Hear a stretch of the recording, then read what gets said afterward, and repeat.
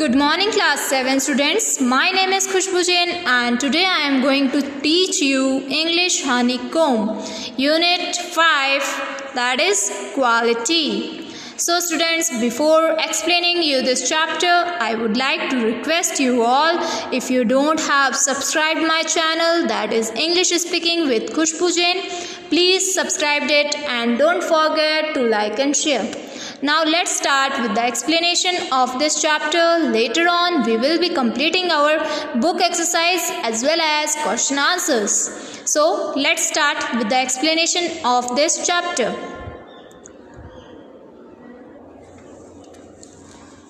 Let's start with the explanation of this chapter. That is, the name of this chapter is quality. So students, in this story we will study about Mr. Gessler, who was a German shoemaker and who was settled in London. And you know about him that he was a very perfect artist, in making shoes. So let's study about Mr. Gessler.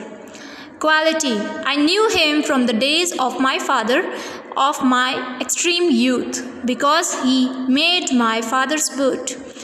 मैं उन्हें तब से जानता हूँ जब मैं बहुत छोटा था और वो मेरे पापा के बूट्स बनाया करते थे. बूट्स मीन्स जूते. He lived with his elder brother in his shop. और वो एक अपने बड़े भाई के साथ एक दुकान में रहते थे, which was in a small by street in a fashionable part of London, जो कि एक लंदन के हिस्से में थी. स्ट्रीट पे एक दुकान थी और वो फैशनेबल पार्ट था, सबसे फैशनेबल पार्ट जिसे हम बोलते हैं, मतलब जाना पहचाना एकदम बहुत अच्छा, वो लंदन का फैशनेबल पार्ट था और वहाँ पे उनकी दुकान थी और वो वहीं पे रहते थे. The shop had a certain quite distinction. जो दुकान थी वो बहुत ही अलग चीज़ों से बनी हुई थी, अलग एकदम, जिसे बोलते हैं एकदम अलग सी थी. There was no sign upon it other than the name of Gessler brothers. और वहाँ पे और कोई साइन नहीं था, सिर्फ और सिर्फ एक ही नाम जाना जाता था, वो था गैसलर ब्रदर्स का. And in the window a few pairs of boots. और उस दुकान में सिर्फ खिड़की पे कुछ जूतों की जोड़ियाँ रखी हुई थी. ही made only what was ordered. और वो सिर्फ वही बनाते थे जो उनको ऑर्डर मिलता था. And what he made never fail to fit. और जो भी उनको ऑर्डर मिलता वो ऐसे जूते बनाते कि वो हो ही नहीं सकता कि वो फिट नहीं हो. ऐसा कभी भी नहीं हुआ है. To make boots, such boots as he made seem to me then and still seems to me mysterious and wonderful. और मुझे तो कभी कभी ऐसा लगता था कि ये जैसे कुछ पहेली जैसा है जो कभी सुलझ ही नहीं सकता है, या मतलब बहुत अलग सा लगता था. मुझे बहुत वंडरफुल लगता था कि मतलब ऐसा कैसे हो सकता है कि मतलब वो जो भी जूते बनाते थे वो एकदम फिट आ जाते थे. कभी भी ऐसा नहीं होता था कि वो फिट नहीं होते थे. I remember well my shy remarks one day while stretching out to him my youthful foot. और मुझे याद है कि उन्होंने मुझे एक दिन बोला था कि मेरे शूज़ भी वो बनाएंगे. Isn't it awfully hard to do? और मैंने उनसे ये कहा कि क्या ये मुश्किल काम नहीं है इतना, mister Gessler. And his answer given with sudden smile. और उन्होंने हल्की सी मुस्कुराहट रखते हुए अपने मुंह पे, from out of the redness of his beard it is an art. उन्होंने ऐसा कहा कि ये तो एक आर्ट है, कला है. और उन्होंने हल्की सी मुस्कुराहट करते हुए ऐसा कहा. It was not possible to go to him very often. और ये पॉसिबल नहीं था कि उनके पास हम हर समय या कभी भी जा सकें. His boots lasted terribly. और उनके जो बूट्स थे, जो उनके बनाए हुए जूते थे, वो इतने लंबे चलते थे, इतने लंबे समय तक चलते थे कि हम चाहते तो भी हम जल्दी नहीं जा सकते थे. क्योंकि हम जल्दी तभी चाहते हैं ना जब हमारे शूज़ या हमारे जो स्लीपर्स है वो टूट जाती है, तब हम नए शूज़ या नए स्लीपर्स लेके आते हैं. तो वो जो शूज़ बनाते थे वो तो बहुत लंबे समय तक चलते थे, तो इस वजह से उनसे बहुत समय बाद में मिलना होता था, काफ़ी लंबे वक्त के बाद में मिलना होता था, जल्दी नहीं मिलना होता था। Having something beyond the temporary, some essence of boots stitched into them. और वो जो शूज़ बनाते थे तो वो कोई टेम्पररी नहीं थे और बहुत लंबे समय तक चलते थे, और उनका जो बूट्स बनाने का तरीका था वो भी बहुत अलग था। One went in not into most shops but restfully as one enters a church and sitting on the single wooden chair waited. और जैसा कि हम चर्च में जाके और अलग सी चेयर पे बैठ के और हम भगवान को प्रार्थना करते हैं अकेले ही, वैसे ही हम उस दुकान में जाते थे और उस दुकान में जाके अकेले बैठ जाते थे, क्योंकि वहाँ पे बहुत सारे लोगों का आना जाना था नहीं। A glutted sound and the tip-tap of his slippers beating the narrow wooden stairs। और वो जो मिस्टर गैसलर थे वो सीढ़ियों से चढ़ के और जैसे ही ऊपर आते थे तो उनकी जो टिप टैप की मतलब जो स्लीपर्स की आवाज़ होती है वो हमें सुनाई देती थी, क्योंकि वो जो सीढ़ियाँ थी वो किस चीज़ की थी, लकड़ी की थी, और उस पर जैसे ही वो चलते थे अपनी स्लीपर्स पहन के तो फिर उसकी आवाज़ आती थी। And he would stand before one without coat, और वो बिना कोट के ही हमारे सामने खड़े हो जाते थे। अ लिटिल बेंट, थोड़े से झुक के, इन लेदर एप्रॉन, और उनके क्या पहना हुआ होता था, एक लेदर का एप्रॉन पहना हुआ होता था। With sleeves turn back blinking, और स्लीव्स जो थी वो थोड़ी सी हल्की सी फोल्ड की भी रहती थी।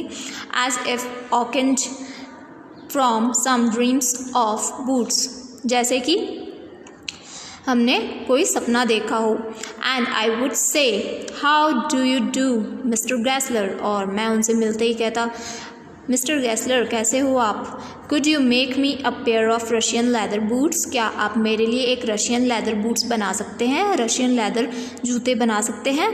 Without a word he would leave me retiring whence he came or into the other portion of the shop, और बिना वो मुझे कुछ कहे शॉप के दूसरे पोर्शन में दूसरी तरफ चले गए। And I would continue to rest in the wooden chair, और मैं कुर्सी पे बैठा उनका इंतज़ार कर रहा था और आराम कर रहा था। Inhaling the incense of his trade, और इनहेलिंग का मतलब सूंघना, मुझे जो है ना वहाँ पे सिर्फ़ और सिर्फ जूतों की जो है वो खुशबू आ रही थी। जूतों की एक अजीब सी खुशबू होती है ना लेदर की, जब भी हम शूज़ की या स्लीपर्स की दुकानों में जाते हैं तो उनकी एक अलग सी मतलब अलग सी खुशबू आती है, जैसे हम बता नहीं सकते हैं कि किस प्रकार की आती है ना। तो उनके भी दुकान में ऐसी स्मेल आ रही थी। Soon he would come back holding in his hand a piece of gold brown leather, और बहुत ही जल्द वो अपने हाथों में एक piece of gold brown leather का लेके आए अपने हाथों में। With eyes fixed on it he would remark, what a beautiful piece। तो उन्होंने वो देख के और ये बोला कि देखो कितना ब्यूटीफुल पीस है। When I too had admired it he would speak again। फिर मैंने भी देख के कहा कि नहीं बहुत अच्छा है ये तो पीस जो भी है बहुत अच्छा है। तो उन्होंने बोला कि हाँ बिल्कुल। And I would answer when do you want them, and I would answer oh as soon as possible or as soon as you conveniently can। तो उन्होंने पूछा अरे बेटा तुम्हें ये शूज़ जो है वो कब चाहिए होंगे, तो मैंने उन्हें आंसर दिया कि जितना जल्दी हो सके उतना जल्दी, जैसे ही आप बना सकें वैसे मुझे बता दीजिएगा। And he would say tomorrow fortnight, और उन्होंने कहा कि कल शाम को। और if he were his elder brother I will ask my brother, उन्होंने बोला कि मुझे अपने बड़े भाई से पूछना पड़ेगा। Then I would murmur thank you, मैंने फिर धीरे से बोला थैंक यू। फिर good morning mister Gessler, good morning he would reply, और मैंने गुड मॉर्निंग कहा और उन्होंने भी मुझे गुड मॉर्निंग कहा, still looking at the leather in his hand, और उस वक्त भी वो अपने हाथ में जो लेदर था उसी को एक नज़र से देख रहे थे। And as I move to the door, जैसे ही मैं दरवाजे के पास पहुंचा, I would hear the tip tap of his slippers going up the stairs to his dream of boots. और जैसे ही मैं डोर की तरफ गया, दरवाजे की तरफ गया, मैंने फिर से आवाज़ सुनी टिप टैप की, जो कि उनकी स्लीपर्स की थी, क्योंकि वो वुडन जो स्टेयर्स थी, वुडन की जो सीढ़ियाँ थी, उनके ऊपर चढ़ के और अपने ड्रीम ऑफ बूट्स, जहाँ पे उनके शूज़ रखे हुए होते थे या उस जगह पे कोई भी नहीं जाता था, वो वहाँ पे जाते थे। तो उनकी आवाज़ मुझे जाते वक्त भी सुनाई दी। Okay, I cannot forget that day on which I had occasion to say him, Mr. Grassler, that last pair of boots cracked, you know। और एक ओकेशन था हमारे घर पे, तब उस दिन मुझे याद है, मैं वो दिन भूल नहीं सकता जब मैंने मिस्टर ग्रेसलर को बोला था कि जो आपने जो जूते बनाए थे वो जो है वो क्रैक्ड हो गए हैं। He looked at me for a time without replying, और उन्होंने मेरी तरफ ऐसे देखा, मतलब एकदम शॉक होके इस तरह से देखा, और विदाउट रिप्लाइंग, उन्होंने मुझे कुछ रिप्लाई नहीं किया, मतलब वो सुन के भी हैरान रह गए थे। As if expecting me to withdraw और क्वालिफाई द स्टेटमेंट, और वो मुझे इस तरह से देख रहे थे जैसे मानो कि वो मुझसे एक्सपेक्ट कर रहे हो, मुझसे ये आशा कर रहे हो कि मैं कुछ और बोलूँ उनको, या मैं जो अपना स्टेटमेंट है वो उसको बदल दूँ, क्योंकि वो ऐसा एक्सपेक्टेशन नहीं कर रहे थे कि कोई मुझे ऐसा कहेगा। Then said it should not have gripped it did, I am afraid। और उन्होंने बोला कि नहीं ऐसा नहीं हो सकता है, और ये सुन के मुझे भी थोड़ा सा डर सा लगा। You got them wed before they found themselves, I don't think so। उन्होंने बोला कि मुझे नहीं लगता कि ऐसा कुछ हुआ होगा, मैं ऐसा सोच भी नहीं सकता हूँ कि मतलब मेरे शूज़ जो बनाए हुए हैं वो ऐसे क्रैक्ड हो जाए या फिर ऐसे, मतलब नहीं हो सकता। At that he lowered his eyes, और उस टाइम उनकी आंखें जो थी वो थोड़ी सी नीची हो गई। As if hunting for memory of those boots, और वो उन बूट्स के बारे में सोच रहे थे जैसे कुछ याद कर रहे हो। I felt sorry I had mentioned this grave thing, और मुझे भी लगा कि मुझे शायद ऐसा नहीं कहना चाहिए था। सेंड देम बैक, तो उन्होंने बोला सेंड देम बैक, मतलब उसे उन जूतों को वापस मुझे भेजना। He said I will look at them, मैं उन्हें फिर से देखूंगा। जूम boots, he continued slowly, are bad from birth. If I can do nothing with them I take them off your bill. उन्होंने बोला कि अगर जूते जो है अगर उनमें कोई भी मिस्टेक हुई या तुम्हारे फिट नहीं हुए या फिर कोई भी दिक्कत हुई तो मैं तुमसे जो भी पैसे लिए हुए हैं मैं तुम्हें वापस दे दूँगा, और अगर ठीक होंगे तब मैं ठीक कर दूँगा। Students please don't get confused because this words are Germany words. ये जो वर्ड्स है ना वो जर्मनी वर्ड्स है। वो जो मिस्टर ग्रेसलर थे क्योंकि वो जर्मनी से आए हुए थे तो इनकी थोड़ी सी इंग्लिश जो थी वो थोड़ी सी डिफरेंट थी। ओके, तो ये जो भी है वो जर्मनी वर्ड्स है। Once only I went absent-mindedly into his shop in a pair of boots bought in an emergency at some large firm. He took my order without showing me any leather, and I could feel his eyes penetrating the inferior covering of my foot. At last he said, "These are not my boots." और मुझे एक बार याद है कि मैं उनकी दुकान में गया था और मुझे बहुत इमरजेंसी थी तो इसलिए मुझे किसी दूसरी दुकान से किसी दूसरी बड़ी फर्म से मुझे जूते ख़रीदने पड़े थे और मैं वो जूते पहन के उनकी दुकान पे गया था। तब उन्होंने मुझे अपने जो लेदर्स थे वो उन्होंने मेरा ऑर्डर तो ले लिया, बट मैं मतलब ऐसा सोच रहा था कि वो जो है ना उनकी जो नज़र थी वो मेरी जूतों पे थी और उन्होंने लास्ट में मुझे ये बोला कि ये जो जूते तुम पहन के आए हो वो मैंने नहीं बनाए हैं, ये मेरे जूते नहीं हैं। The tone was not one of anger. उन्होंने ना तो गुस्से में कहा नॉर ऑफ सॉरो, और ना तो दुखी होके कहा, नॉट इवन ऑफ कंटेम्प्ट, और वो नीचा दिखाने की भी कोशिश नहीं कर रहे थे. But there was in it something quiet that froze the blood. पर उनकी आवाज़ में कुछ ऐसा था जो मतलब हमारे जैसे खून को जैसे ठंडा कर देता हो. Okay. He put his hand down and pressed a finger on the place where the left boot was not quite comfortable. और उन्होंने मेरी जो फिंगर है उस पर मतलब उंगली रख के और दबाया और ऐसा बताया कि मतलब यहाँ से शायद तुम्हारे जो बूट्स है वो कंफर्टेबल नहीं हैं, आरामदायक नहीं है. Idiots you there, he said, just big worms. Oh, no self respect. और उन्होंने बोला कि ये देखो बड़ी दुकानों के बड़े जूते और इनकी कोई सेल्फ रिस्पेक्ट नहीं होती है, उन्होंने ऐसा कहा. And then, as if something had given way within him, he spoke long and bitterly. और उन्होंने फिर कहा कि मतलब ये जो बड़ी बड़ी दुकानें होती है सिर्फ दिखावे की होती है और कुछ नहीं. It was the only time I ever heard him discuss the condition and hardship of his trade. और फिर उन्होंने अपनी जो उन्होंने स्ट्रगल किया था उनके बारे में हमें बताया कि किस तरह से उन्होंने अपना जो ट्रेड है, अपना जो बिज़नेस है वो जमाया. They get it all. He said they get it by advertisement, not by work. और उन्होंने बोला कि वो जो उनका जो बिज़नेस है ना वो सिर्फ़ और सिर्फ एडवर्टाइजमेंट की वजह से चलता है, क्योंकि वो कभी टीवी में ऐड देते हैं, कभी अखबारों में उनके बारे में जो भी है उनकी अपनी चीज़ों के बारे में छापते हैं, और ये सब सिर्फ़ और सिर्फ एडवर्टाइजमेंट की वजह से होता है, ना कि उनके काम की वजह से होता है. They take it away from us who love our boots. It comes to this presently I have no work. Every year it gets less, you will see. And looking at his lined face, I saw things I had never noticed before, bitter things and bitter struggles. And what a lot of grey hairs there seemed suddenly in his red beard.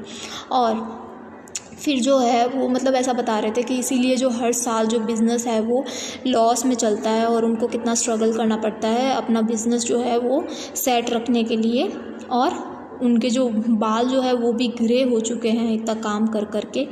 और जो presently जो है उनके पास कोई मतलब काम नहीं है और हर साल उनका काम कम होता जाता है, क्योंकि वो जो बड़ी शॉप्स वाले हैं वो अपना एडवर्टाइजमेंट इतना करते हैं कि मतलब जो ये जो काम करने वाले होते हैं वो तो आगे आ ही नहीं पाते हैं और वो आगे आ जाते हैं. As best I could, I explained the circumstances of those ill-omened boots, but his face and voice made so deep an impression that during the next few minutes I ordered many pairs. और मैंने उनकी बातें सुन के मुझे मतलब बहुत feel हुआ, और फिर मैंने उनके जो चेहरे के हाव भाव और उनकी जो आवाज़ में मतलब जो इतनी गहराई देखी, इम्प्रेशंस देखे, तो मैं मतलब इम्प्रेस हो गया उनसे, और मैंने उसी वक्त उनको बहुत सारे जूतों का ऑर्डर एक साथ दे दिया. दे लास्टेड लॉन्गर दैन एवर. और वो दूसरी दुकानों से तो बहुत ज़्यादा चले, बहुत लंबे टाइम तक चले वो जो जूते थे जो उन्होंने मिस्टर गेस्लर ने बनाए थे. And I was not able to go to him for nearly 2 years. और इस वजह से मैं उनके पास 2 सालों तक नहीं जा पाया. It was many months before my next visit to his shop. और अब मैं काफ़ी महीनों बाद में, बहुत सारे महीनों बाद में उनके पास वापस मिलने के लिए जा रहा हूँ. This time it appeared to be his elder brother handling a piece of leather. और जब मैं गया तब मैंने ये देखा कि उनके जो बड़े भाई थे उन्होंने अपने हाथ में लेदर, जो जूतों का लेदर होता है, वो पकड़े हुए था. Well mister Gessler, I said, how are you. मैंने उनसे कहा, अरे मिस्टर गैसलर आप कैसे हैं. He came close and peered at me. I am pretty well. और उन्होंने मुझे देख के कहा कि मैं ठीक हूँ. He said slowly, but my elder brother is dead. पर उन्होंने कहा कि मैं तो ठीक हूँ, बट जो मेरा बड़ा भाई था वो मर चुका है. And I saw that it was indeed himself, but how aged and worn. And never before had I heard him mention his brother. Much shocked, I murmured, "Oh, I am sorry." और मुझे ऐसा लगा मतलब कि वो काफ़ी as के हो गए क्या बात है, मतलब मैंने तो ऐसा कुछ सुना ही नहीं मतलब उनके भाई के बारे में, तो इसलिए मुझे शौक लगा थोड़ा सा सुन के। तो मैंने धीरे से फिर बोला कि अरे मुझे सुन के बहुत बुरा लगा, I am sorry. Yes he answered, उन्होंने कहा कि हाँ, ही वॉज गुड मैन, वो बहुत अच्छे इंसान थे। He made a good boot, और वो बहुत अच्छे जूते बनाते थे। बट ही इज़ डैड, पर वो मर चुके हैं। And he touched the top of his head, उन्होंने अपने सर के टॉप पे टच किया। Where the hair had suddenly gone as thin as it had been on that of his poor brother, to indicate, I suppose, the cause of his death. Do you want any boots? And he held up the leather in his hand. It is beautiful piece. और उन्होंने मतलब उनके जो बाल थे वो भी काफ़ी हद तक जा चुके थे, और उन्होंने कहा कि मतलब शायद ऐसा कुछ मतलब मेरे भाई की मृत्यु जो हुई है उस वजह से मतलब हो रहा हो ऐसा। पर तुम बताओ, तुम्हें क्या जूते चाहिए? क्या तुम जूते ख़रीदने आए हो? अगर तुम जूते ख़रीदने आए हो तो क्यों ना ये जो मेरे हाथ में जो पीस है लेदर का, ये सुंदर है, बहुत ब्यूटीफुल है।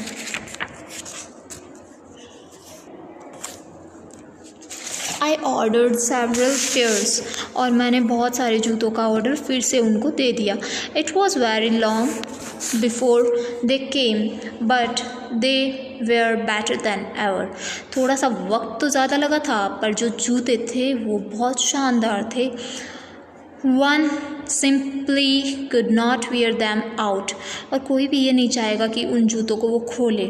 And soon after that I went abroad, और उसके बाद में मैं abroad चला गया, मतलब बाहर चला गया कोई दूसरी कंट्री में। It was over a year before I was again in London, और मुझे 1 साल हो गया लंदन आए हुए। And the first shop I went to was my old friend's.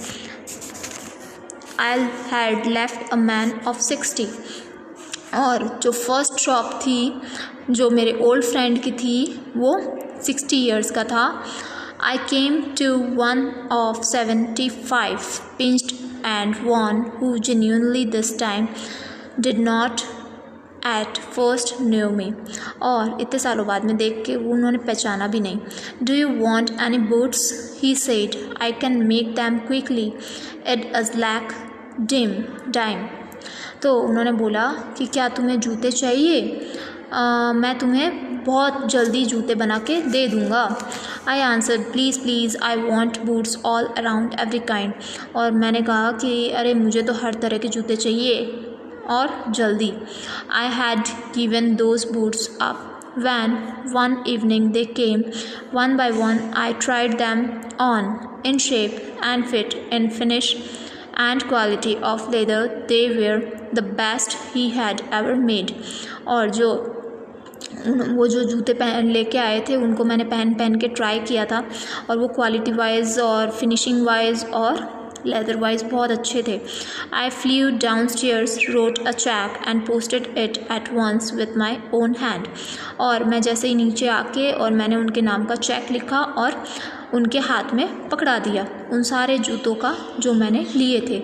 A week later, passing the little street, I thought I would go in and tell him how splendidly the new boots fitted.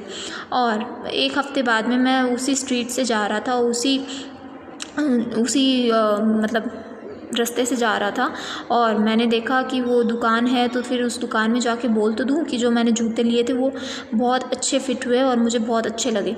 But when I came to where his shop I had been, his name was gone. पर मैं जब उनकी दुकान में आया तो उनका नाम, जो दुकान का जो नाम था गैसलर ब्रदर्स, वो तो था ही नहीं। I went in much disturbed, मैं मतलब डिस्टर्ब हो गया, क्या हो गया, क्या बात है, मतलब नाम कहाँ चला गया दुकान का।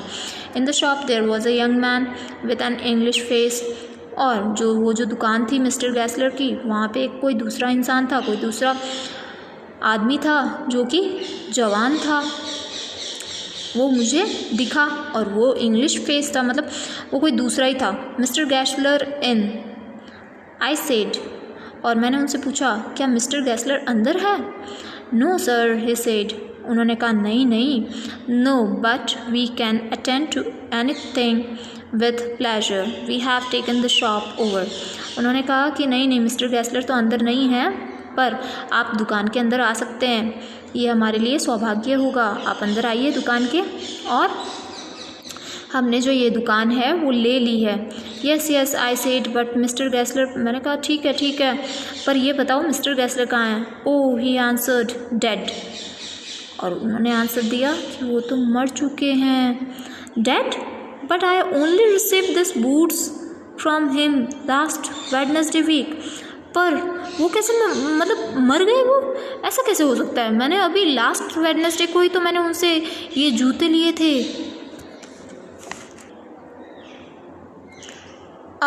He said, poor old man stabbed himself. Slow starvation, the doctor called it.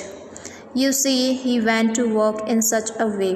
और उन्होंने कहा कि उनकी तबीयत ठीक नहीं थी और उन्हें मतलब स्लो स्टार्वेशन भी आता था, और इस वजह से वो जो मतलब उनका जो काम था वो भी उन्होंने इतना अच्छी तरीके से किया। Would keep the shop on, और वो हमेशा इस दुकान को चलाना चाहते थे। Wouldn't have a soul touch his boots except himself, और उनके जो जूते थे उनमें जैसे उनकी जान बसती थी।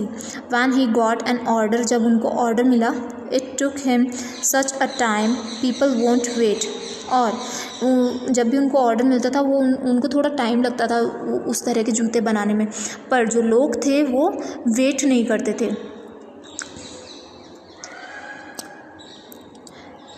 People won't wait, he lost everybody, और इस तरह से उनके जो भी कस्टमर्स थे वो सारे के सारे चले गए। And there's he did sit going on and on, पर फिर भी वो अपना काम जारी रखा उन्होंने और हार नहीं मानी।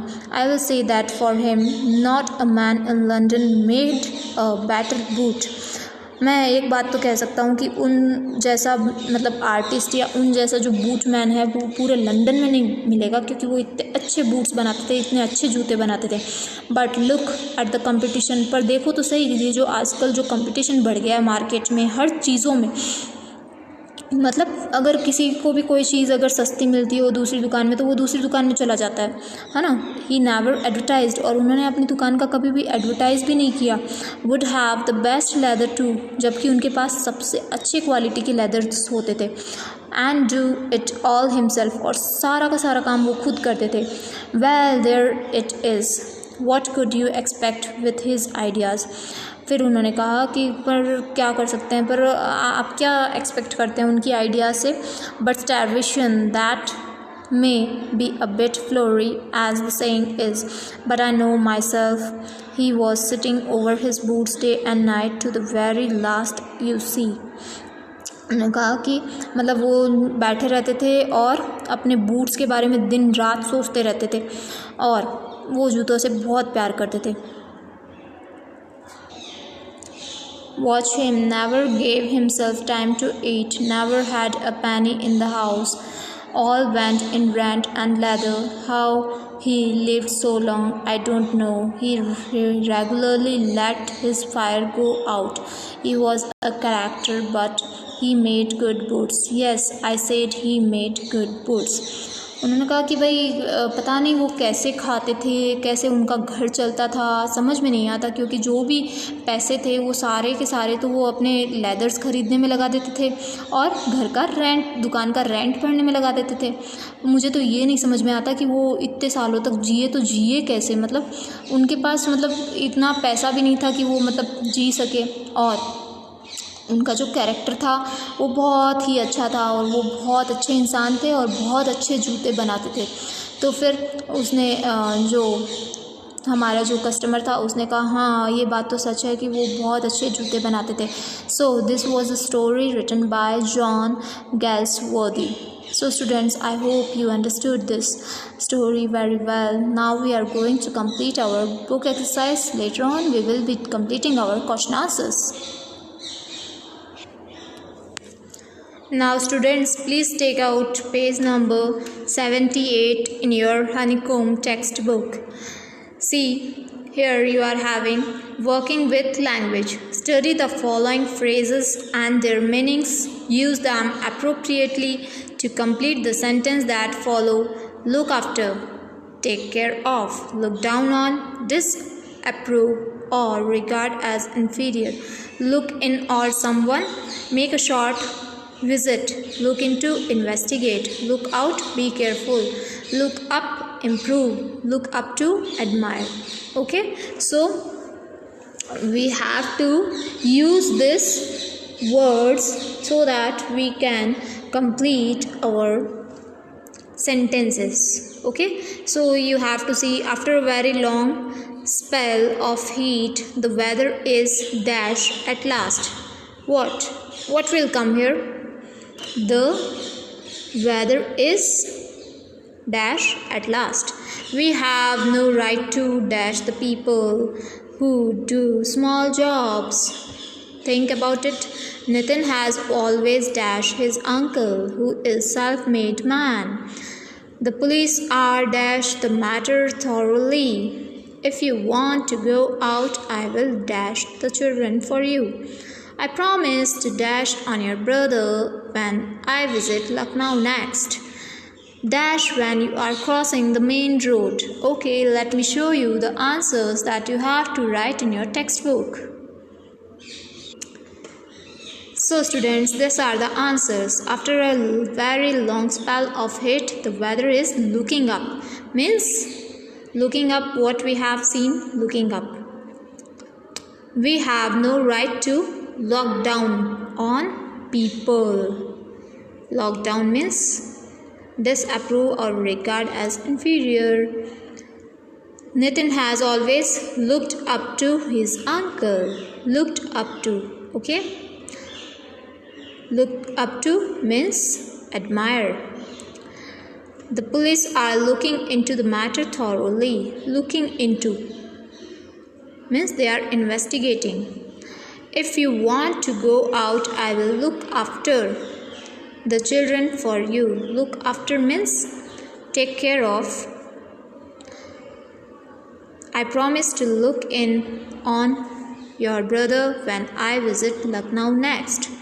Look in means make a short visit. Whenever I will be visiting for a short time, I will meet to your brother. Look out when you are crossing the main road. Look out means be careful. Whenever you are crossing the main road, we must be careful. Okay, so now students, please let's come to another page. Page number 79. Each of the following words contains the sound sh, as in shine, in the beginning or in the middle or at the end. First, speak out all the words clearly, then arrange the words in 3 groups in a table on page number 80. That is initial, medial and final. Initial is ship, medial is fashion, final is trash. Okay, so this table you have to complete in your textbook. So students, let's come to another exercise. In each of the following words, ch represent the same consonant sound as in chair. The words on the left have sound initially, those on the right have it finally. Speak each word clearly, like choose, bench, child, march, cheese, peach, chair, wretch, charming, research. देखो बच्चों, ch च की sound हर जो भी हमारा word है, हर word में हमारे च की साउंड आ रही है. Okay, underline the letters representing the sound each of the following words. So we have to we have to represent जिसमें च की साउंड आती हो, जैसे फीचर च, TU.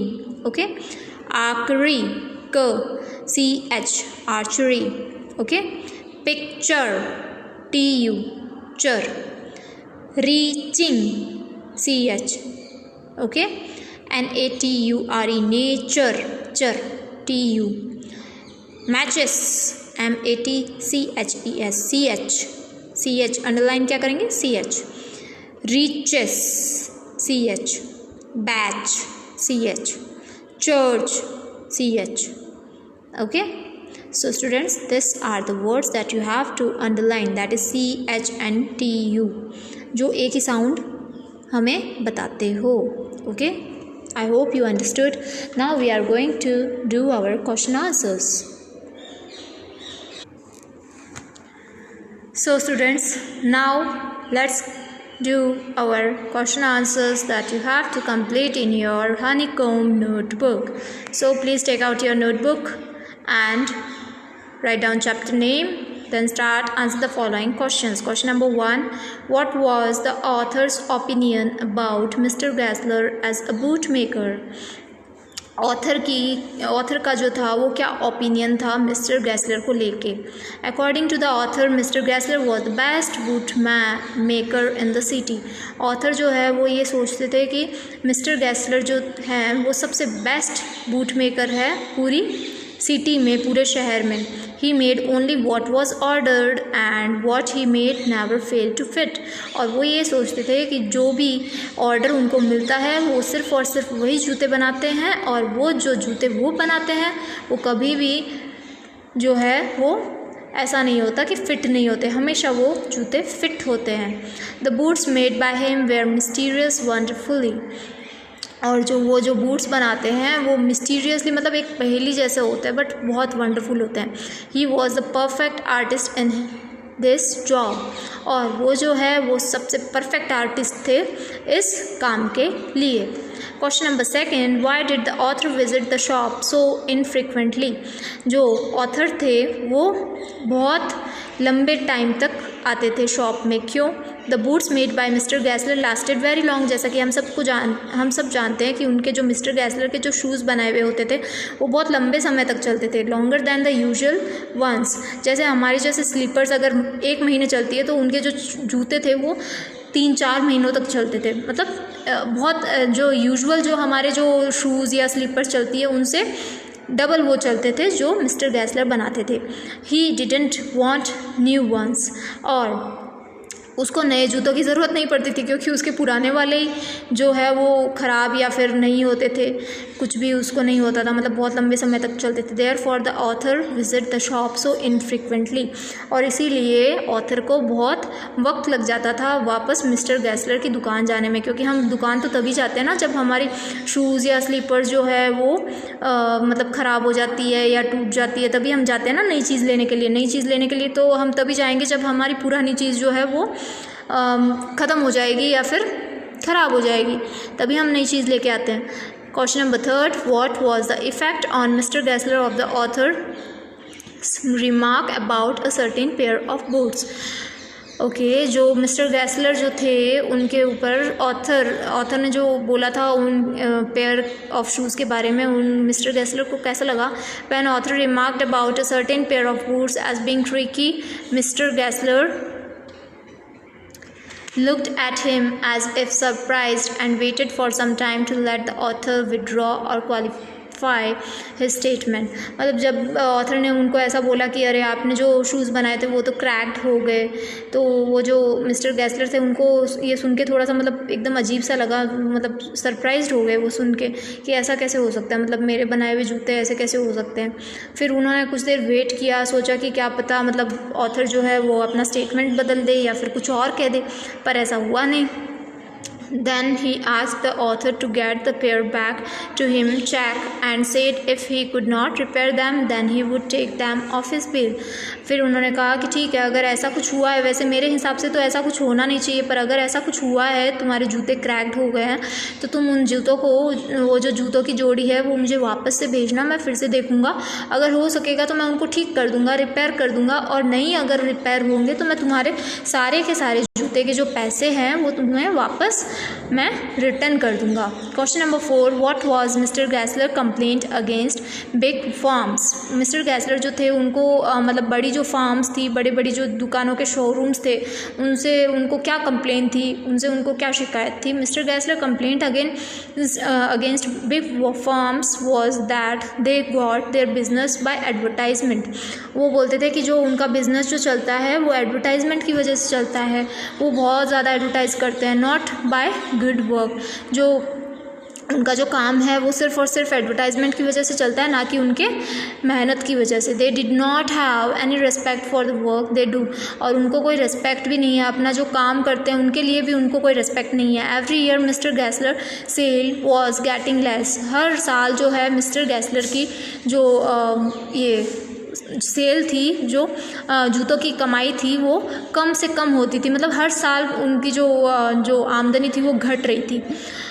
और वो किस कारण? क्योंकि वो लोग बहुत ज़्यादा एडवर्टाइज़ करते थे, बड़ी फर्म्स वाले, और ये एडवर्टाइज़ करते नहीं थे मिस्टर गैसलर इस वजह से। Because of them and soon he would be left with no job. और ऐसा होने की वजह से फिर लास्ट में ऐसा हुआ कि मतलब उनका जो काम धंधा था वो सारा चौपट हो गया, मतलब बंद होने की कगार पे आ गया था। Question number 5, why did the author order so many pairs of boots? Did he really need them? क्या ऑथर ने जो थे वो इतने सारे जूते ऑर्डर क्यों दिए थे मिस्टर गैसलर को? क्या उनको इतने सारे जूते चाहिए थे पहनने के लिए? The author was shocked and filled with sorrow.